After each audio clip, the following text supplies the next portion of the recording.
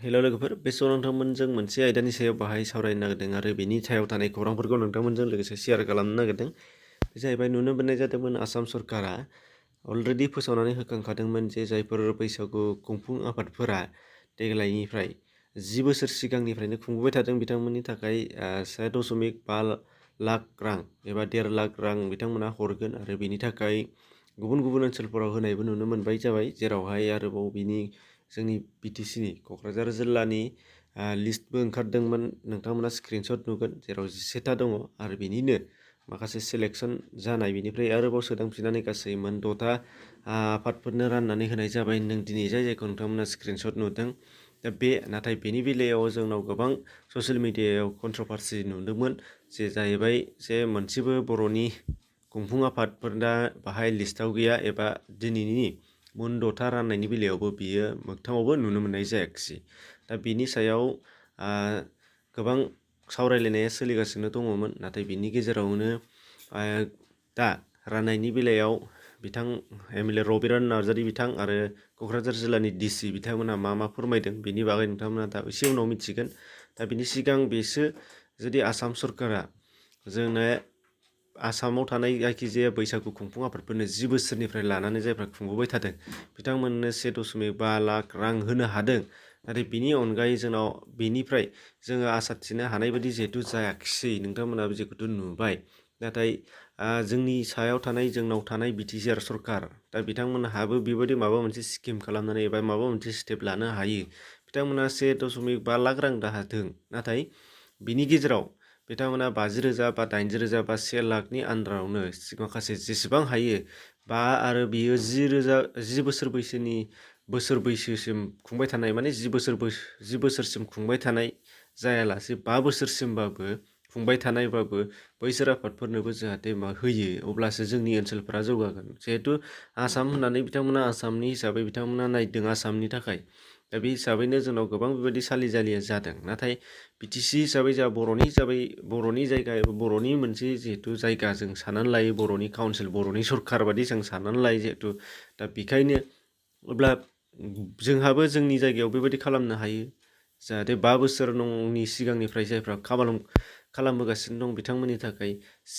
एसेबां बुरजा 1.5 लाख जुदि हायाबाबो 1 लाखनि गाहायावनो एबा 1 लाखसिमावनो जाहाथे स्किम खालामनानै होनो हायो दा बेखौ जोंनि जायफोर बिथांमोना सरकारजों दङ बिथांमोना नारसिननांगोन आरो जोंनि बैसागु खुंफुं आफादफ्राबो बेखौ दाबि खालामनो हागोन जिहेतु आसाम सरकारनियाव बेयाव लिस्टआव हाबफायैनि सायाव जोङो प्रेस मिट लानानै दाबि खालामफानायखौ नुदों नाथाय बिनि अनगायैबो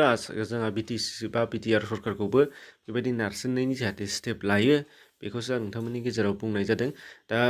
बिथांमोना सिगाङाव मख'जानाय बिथांमोना मा बुंनो खोनासंनानै लाबानो जाबाय बेखौ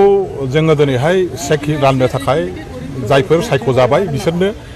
गथायनो थाखाय मोनसे मिटिं लिंनायाव नुजाफैदों आरो नुजाफैनानै जों नुदों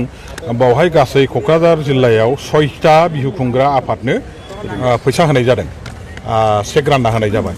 बेनि गेजेराव माखासे गोनो गोथो जानाया जोंनि मेगनावबो फैदों आरो आङो मिटिङाव इतिमध्ये उत्थापनबो खालामबाय जे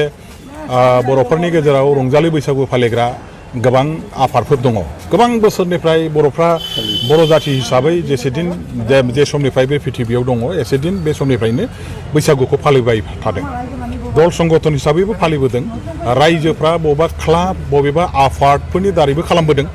बोसोरै खालामबोदों बादायलायनाय बायदिसिना जाबोदों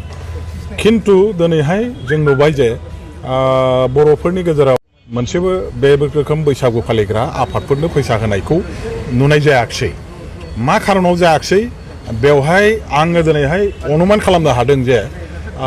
जायफोर अफिसारफोरनि सायाव जोंहा डिसि बायदिबा सोनारनानै बे हाबाखौ मावनो थाखाय बैसागु खुंग्रा आफादफोरखौ सायख'नो थाखाय बिबान होनाय जादोंमोन बे अफिसारफ्रा बिसोरो दल संगठनफोरखौ आफादफोरजों जगाजग खालामनानै जाय आफादफ्रा बैसागु खुङो बेबायदि आफादफोरजों जगाजग खालामनो रोङैयावनो बिथांमोननि नैबे बैसागु खुंग्रा आफादफोरखौ सायख'नायनि बेलेखायाव गोबां गोनो गोथोआ फैबाय जायनि थाखाय गोबां बैसागु खुंग्रा आफादफ्रानो थाबथालांजोब्बाय 10 बोसोरसिम बैसागु खुंनायनि रेकर्ड थानांगौ दा 10 बोसोर खेने 50 बोसोरसिम माखासे बैसागु खुंग्रा आफादफोर दं जेरैहाय फकेराग्राम बैसागु खुंग्रा रङालि बिहु उदजापन कमिटि दङ जोंहा दतमानि दुलाराय बर' हारिमु आफादा बोसोरे 10 बोसोर सिगांनिफ्रायनो बैसागुखौ फालिबोबाय थायो ब्राम्फल बिलाव दङ दा बेबायदि गोबां बोसोरनिफ्राय पालन खालामबाय थाग्रा बैसागु खुंग्रा आफादफोर थासेयावबो बेफोर मानो हाबदिया बे मोनसे गिदिर प्रश्न दा बेखौनो जोङो डिसि बायदिजोंबो रायलायबाय आरो डिसि बायदिखौ जों बुंबाय नोंथांनि लेभेलनिफ्राय आसाम गभर्नमेन्टआ स्पेसियेलि मोनसे प्रप'जाल हरफिननांगौ बे नैबे आफादफ्रा थालांदों आरो बेखौ लानानै रायजोफोरनि गेजेराव दल संगठननि गेजेराव मोनसे रिएक्सन फैदों गतिके बेसोरखौ थाबैनो गनायथि होनानै 1.5 लाख टाकानि जे रां अनसुंथायारि गभर्नमेन्टनिफ्राय होनाय जागोन बेयाव जागोन আজি আমাৰ মাননীয় মুখ্যমন্ত্ৰী মহোদয়ৰ এটা পদক্ষেপত এই অনুষ্ঠানটো কৰা হৈছে আমাৰ 1.5 লাখকে যিসকল বিহু কমিটিয়ে যোৱা 10 বছৰৰ পৰা বিহু সেলিব্ৰেট কৰিছে 7 বিহু পালন কৰিছে আৰু কিছু কমিটি আমাৰ হাতত এনেকুৱা আছে যে তেখেতসকলে কৰিছে ডাঙৰকৈ কৰিছে কিন্তু 7 বিহু নহয় বহাগী বিদায়হে কৰিছে বহাগী বিদায়ৰ কাৰণে নহয় বৰ্তমান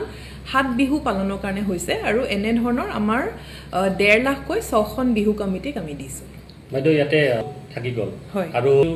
খেলি হয় এইটো কথাটো মই মোৰ নোটিছত অহাৰ লগে লগে মই গুটেখিনি খবৰ ললো হেতুৱে মই এতিয়া কৰি আছিলো সাৰ্কেল অফিচাৰ আৰু আমাৰ অফিসতো খবৰ লৈছো ইয়াতে সমস্যাটো এনেকুৱা যে কোনো ধৰণৰ ৰেকৰ্ড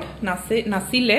যে এনে ধৰণে 7 দিন সেলিব্ৰেশনটো কৰা হৈছে মানে কোনো ধৰণৰ ডকুমেন্টেশন বা কোনো ধৰণৰ এনেকুৱা ৰিপৰ্ট নাছিল কিন্তু যেহেতু মোৰ নোটিছত বস্তুটো আহিছে এতিয়া আমি আৰু ডিটেইল কৰি আছো